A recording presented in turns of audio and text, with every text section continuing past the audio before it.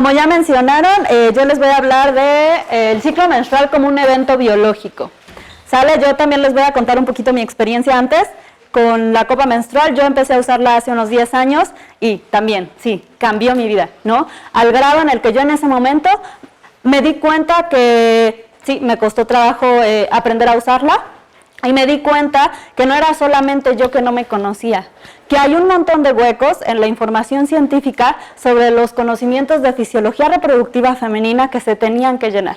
Entonces, en ese momento, yo vine aquí a la UNAM un semestre y empecé a trabajar en un laboratorio de ritmos biológicos aquí, ¿no? Yo con la idea de quiero estudiar ritmos, quiero estudiar el ciclo menstrual de la mujer, ¿no? Entonces ya cuando entré a la maestría, pues justo a eso me dediqué, y pues ya no he salido de ahí, ¿no? A ese grado cambió la copa mi vida. Entonces, el siguiente, ¿no? Primero quiero mencionarles que como evento biológico que es, no somos las únicas hembras que menstruamos, ¿no? Existen otros animales, como varias especies de monos, ¿no? De primates, hay especies de murciélagos y la famosa musaraña elefante que también menstruan, ¿sí? Es el ciclo reproductivo de la hembra humana, pero no se restringe a ella. Bueno, siguiente. Voy a poner, puse aquí más bien la definición tal cual viene en womanshealth.com del ciclo menstrual. Es un proceso hormonal por el que pasa el cuerpo de una mujer todos los meses para prepararse para un posible embarazo, ¿no? Y menciona esto también, que los periodos menstruales regulares durante los años entre la pubertad y la menopausia suelen ser una señal de que tu cuerpo está funcionando normalmente. ¿Cuántas de ustedes aquí, en algún momento, quizá, bueno, en la secundaria, tal vez en la primaria, les empezaron a hablar de ciclo menstrual, como mencionaron hace un rato, que saquen a los hombres, ¿no? Y muchachas, vénganse porque tenemos que hablar algo, ¿no? Quizá ese fue su primer acercamiento con lo que saben del ciclo menstrual. Quizás su mamá o quien las cuidó les llegó a hablar de eso. Sin embargo, un día pues se despertaron, sangre en la pantaleta. De pronto hay muchas historias en las que incluso te asustas porque ni siquiera sabes qué está pasando y te llegan a decir así de no, pues te enseñan a usar la toalla, bla, bla, bla, y ya, hasta ahí, ¿no? No se habla mucho. ¿Cuántas de ustedes se llegaron a preguntar quizá qué es normal? ¿Qué es sano? ¿Alguna vez lo habían hecho? Porque la mayoría de las personas no. Se empiezan a preocupar quizá por su ciclo menstrual cuando quieren lograr un embarazo, ¿no? Y entonces ven que no pasa y dicen, demonios, pues ¿qué está pasando?, ¿no? Y entonces se interesan en investigar qué es el ciclo menstrual, qué involucra. Y bueno, siguiente. Entonces todas estamos familiarizadas con una imagen de este tipo en donde nos enseñan el ciclo menstrual perfecto de 28 días, ¿no? Donde viene incluso un poco del desarrollo del ovocito, días infértiles, días fértiles y menstruación. Todos habían visto una imagen parecida a esta, ¿no? Entonces, si nosotros no nos dedicamos a algo que tiene que ver con esto, hasta ahí nos quedamos. Siguiente. El ciclo menstrual es más que solamente un calendario. El ciclo menstrual empieza en el cerebro, ¿no? A partir de la pubertad se despierta una señal hormonal que libera una señal en esta zona del cerebro, que es el hipotálamo, ¿no? La famosísima GnRH, que va a señalizar a la glándula maestra, hipófisis, a la secreción de principalmente dos hormonas, que es la LH y la FSH. Estas hormonas están involucradas en el desarrollo folicular y la ovulación. Son procesos que están sincronizados perfectamente. O sea, no sé si se lo habían puesto a pensar también, pero cada evento tiene que pasar en cierto momento para que esto suceda. Y todo esto va a llevar a que, o sea, el fin de esto es que salga un óvulo sano, que pueda ser fertilizado, que llegue a un útero sano en condiciones excepcionales para recibirlo y generar un nuevo ser en caso de que así sea, ¿no? Es increíble, de verdad la naturaleza no se equivoca. Siguiente. Entonces tenemos toda este jueguito hormonal bien divertido que todas vivimos mes con mes, ¿no? Tenemos aquí la FSH, la LH, que es la que va a generar la ovulación. Si la LH pasa antes o después, no hay óvulo. Tenemos los estrógenos, ¿no? Que también van a estar, es la señal del ovario que le dice, ya tengo un óvulo sano, estoy lista para que me mandes a ovular, ¿no? Y la progesterona, que es la hormona que va a preparar el útero justamente para recibir el óvulo fecundado en caso de que así sea. En caso de que esto no se dé, pues ya sabemos, se desecha todo en forma de el fluido menstrual, no le voy a decir sangrado, ahorita vamos a ver por qué. Entonces, se llama de diferentes maneras, ¿no? Si nos enfocamos en el ovario, tenemos el ciclo ovárico que tiene estas fases. Si nos enfocamos en el útero, tenemos la menstruación, la fase proliferativa y la fase secretora. Siguiente, ¿no? Pero bueno, entonces este ciclo en realidad no involucra solamente una zona, no involucra solamente los días que estamos menstruando y los otros, quién sabe qué está pasando, ¿no? Hay muchos procesos sucediendo al mismo tiempo en muchas partes de nuestro cuerpo. Y empezando porque esto sucede en el cerebro, o sea, para que llegue hasta el ovario y que le diga que tiene que ovular, tiene que pasar por la sangre y la sangre llega a todo el cuerpo, ¿sale? Entonces las hormonas no se restringen al aparato reproductor. Siguiente. Y bueno, esto hace que no solamente sea el sangrado lo que está cambiando, están cambiando muchas cosas, ustedes lo saben, ¿no? Cuando empieza el ciclo y que empiezan la subida de estrógenos, nos sentimos más guapas, nos sentimos más contentas, hasta que vamos a ovular y que todo es así de, sí, ¿no? Cambia el ánimo, cambia la textura de la piel, cambia la textura del cabello, ¿no? Ustedes lo han notado y estoy segura de que si ustedes se dedicaran a hacer un diario con cómo se sienten cada día, notarían un patrón cíclico que va relacionado con su ciclo menstrual. Y bueno, cuando después de que ovulamos empieza la bajada de estrógenos y de pronto nos sentimos como hinchadas, igual todo empieza a cambiar. Cuando se acerca la fase menstrual, pues nos sentimos hasta de pronto que queremos llorar por cualquier cosa, ¿no? Hay incluso memes que dicen, estoy llorando por cualquier cosa y al otro día me baja, ¿no? Ahora todo tiene sentido. Siguiente. Y quiero, ahorita voy a hacer como un paréntesis, no es que vaya a dejar de hablar de ciclo menstrual, pero quiero comentar también un poquito de la anatomía, ¿no? Igual todos hemos visto un dibujo como este en el que todo se ve muy, muy plano, ¿no? Tenemos la vulva, la vagina, el cérvix, el útero, los ovarios. En realidad esto es como algo muy ilustrativo, porque pues sabemos que no es así exactamente, ¿no? En realidad está un poco más inclinado. Las usuarias de copa menstrual, que ya vi que hay muchas por acá, se habrán dado cuenta, ¿no? Que cuando una empieza a usarla, pues se da cuenta de muchas cosas que quizá no conocía antes de su cuerpo, ¿no? Desde que quizá la vendedora les dice, tienes que medir la altura de tu cérvix. ¿Alguna de ustedes antes se había preguntado dónde tenía su cérvix? ¿Lo conocía? Porque muchos lo conocen cuando llegan a hacerse la colposcopía o incluso cuando se embarazan y ya tienen que tener al bebé. Pero todas tenemos uno y ahí está, y es bellísimo. Siguiente. ¿No? Aquí les puse una imagen ilustrativa de una vulva, pero de una vulva igual, de una imagen de un libro, cuando hay un montón, ¿no? de variedades. Y no hay una mejor que otra. Todas son funcionales y son diferentes. Siguiente. Y algo que también hay muy pocas personas que saben y que de pronto también causa un poquito de ruido. Les puse la definición también, casi no puse letras, pero esta sí la quise poner. La vagina es un canal muscular cerrado que se extiende desde la vulva, la parte exterior de la zona genital femenina, hasta el cuello del útero. ¿Quién de aquí sabía que la vagina era un músculo? Muy bien, chicas.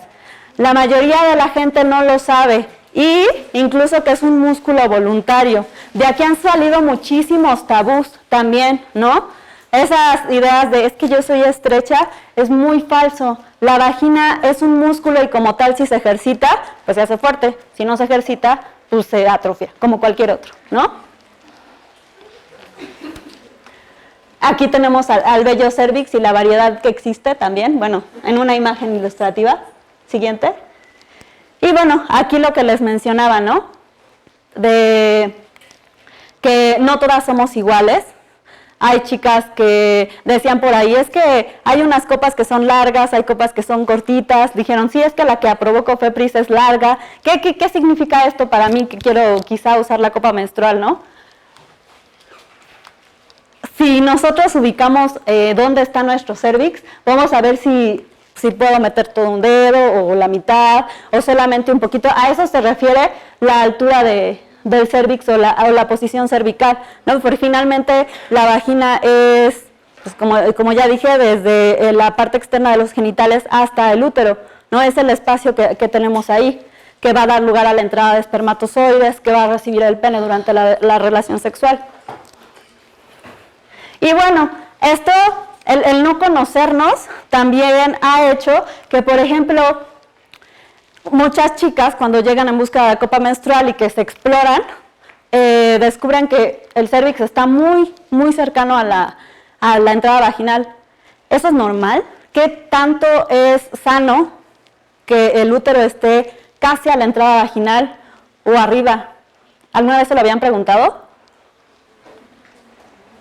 Porque muchas veces ni siquiera sabemos dónde están. Pero bueno, esto también es algo que ha dado lugar a las usuarias de copa. En esta parte de investigación, pues, que nos damos cuenta que hay muchas personas. El tener el útero abajo es una señal de prolapso uterino. O sea, el útero no es algo que esté flotando por ahí. Está sostenido por ligamentos, ¿no? Y por el músculo, que si se debilita, pues se va cayendo y entonces se baja. En un caso súper grave de prolapso, el útero llega a salir de la vagina, ¿no? Entonces, esto es algo que se puede evitar fortaleciendo el músculo y pues muchas chicas se dan cuenta que lo tienen hasta que tienen hijos, ¿no? Entonces, esta parte de la exploración es súper importante. Y bueno, sí, ya sé que tal vez dicen que ya se salió del tema, ya no está hablando del ciclo menstrual. Siguiente. No, pero se los quería mencionar porque también hay un fenómeno que pasa durante el ciclo menstrual con este precioso órgano de parte del útero, ¿no? También está influenciado por las hormonas que cambian en el ciclo y, por ejemplo, cuando estamos ovulando normalmente sube, ¿no? Y cuando vamos a menstruar se acerca más hacia nuestro canal, hacia nuestra entrada vaginal, ¿no? E incluso de manera científica se ha propuesto como parte de un método anticonceptivo natural, ¿no? Porque si yo conozco, cambia la textura, cambia la dureza, cambia la posición del cérvix. Si yo me conozco lo suficiente, puedo saber cuándo estoy ovulando solamente por la posición de mi cérvix. ¿Sabían que esto pasaba? Bueno, entonces, siguiente, vamos a pasar a la fase menstrual.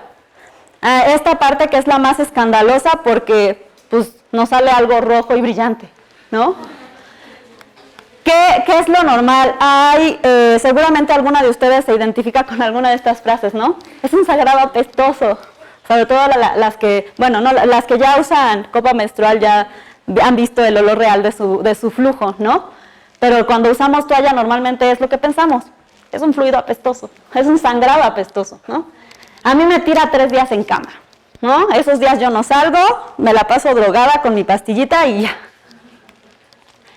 Creo que yo llenaría una cubeta, así nos imaginamos también que estamos sangrando así la escena de crimen total, ¿no? Pero vamos a ver qué se ha estudiado hasta ahorita de una normalidad. Como les decía la doctora Nidia, la normalidad es solamente un promedio estadístico, ¿no?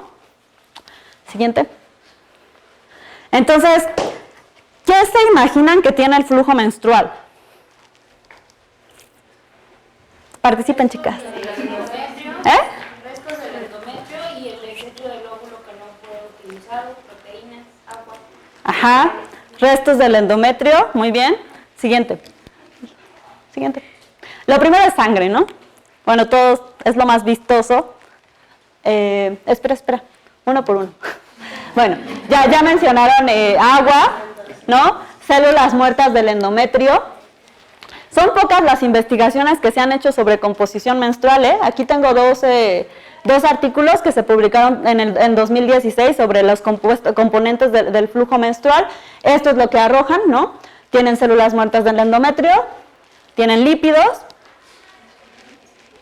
tienen proteínas. Células madre. Ah, sí, también lo puse. Moco cervical, siguiente. Hormonas, células madre.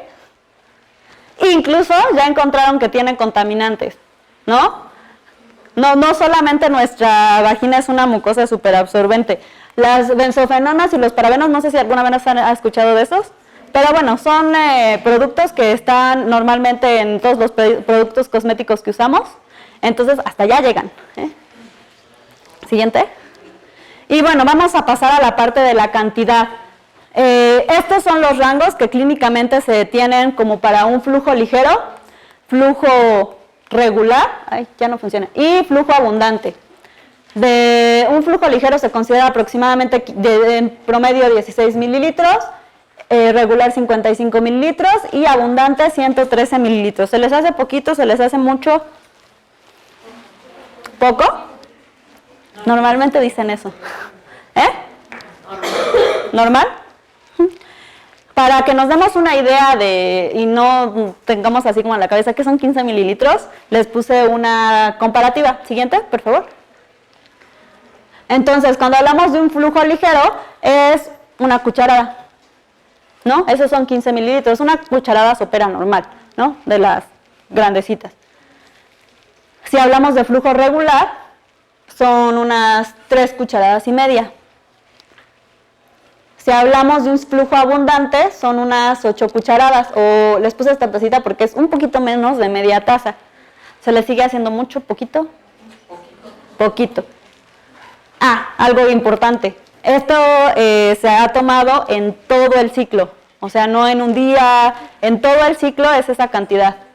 Normalmente pues, parece como poquito para la cantidad que nosotros vemos cuando usamos toalla, por ejemplo, ¿no? Que vemos como muy escandaloso, vemos también el gel que tienen que se infla, ¿no? Entonces vemos mucho más de lo que normalmente menstruamos.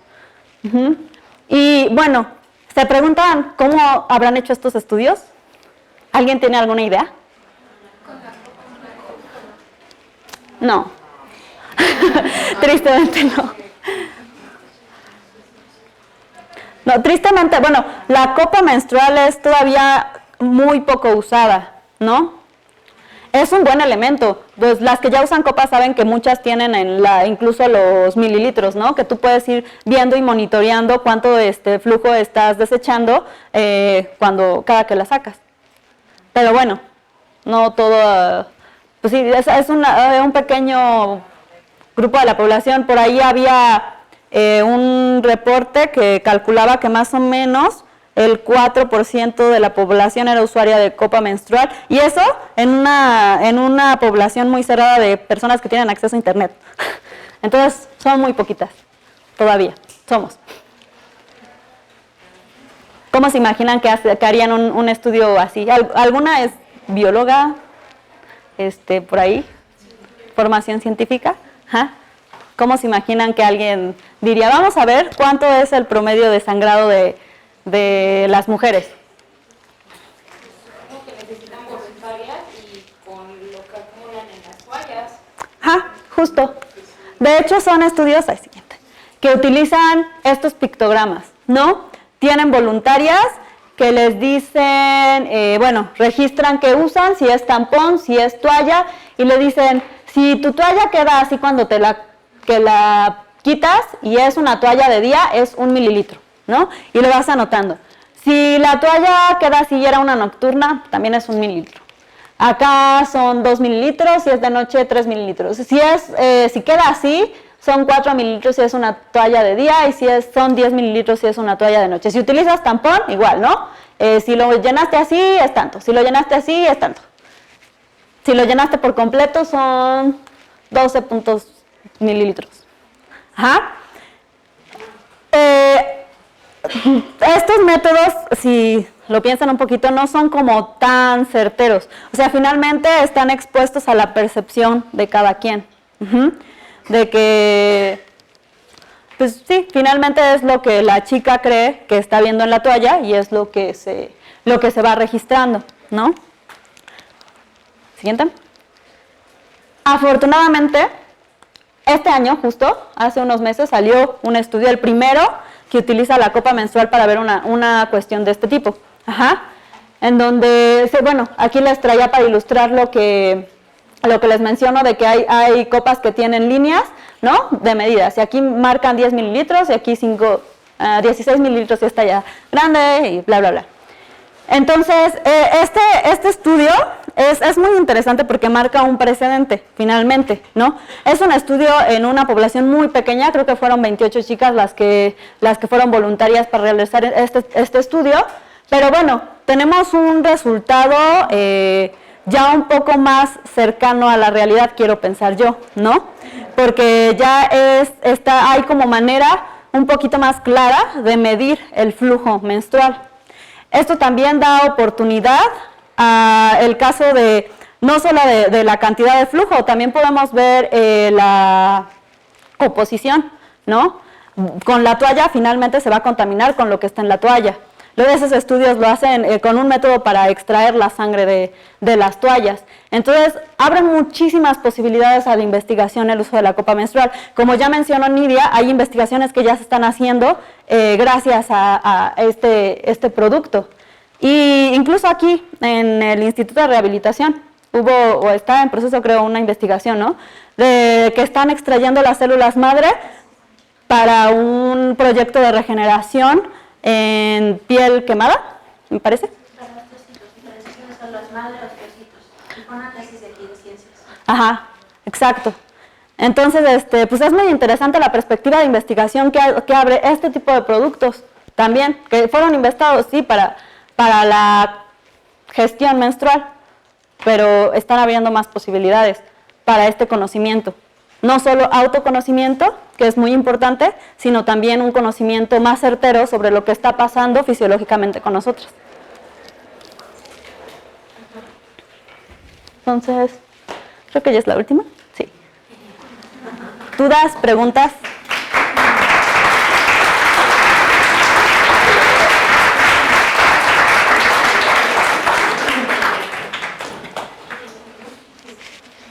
¿Ah? Es que yo sigo una chava que es ginecóloga y esa ginecóloga usó la copa menstrual y de su desecho lo tomó y lo usó como, no sé si fertilizante, abono, para una planta diluido con agua. Entonces, no sé hasta qué punto podemos reutilizar esa sangre que sale. No sé cómo pueda beneficiar o afectar. Pues finalmente es un desecho biológico. Ya sabemos que pues, los desechos biológicos normalmente son buenos fertilizantes. La menstruación tiene muchos nutrientes, tiene hierro, tiene pues, proteínas, tiene lípidos que finalmente sí he escuchado que lo utilizan como abono para plantas. Yo pensaría que igual no se debe usar como tanto porque pues no sabemos igual cuánto, por ejemplo, hierro necesita una planta. O sea que es como mucho de lo que tiene, ¿no? Sí es buen abono porque es un desecho biológico, pero pues no sé si podría decirles más allá. Bueno, primero agradecerte, el tema fue muy interesante y la manera en que lo tratamos.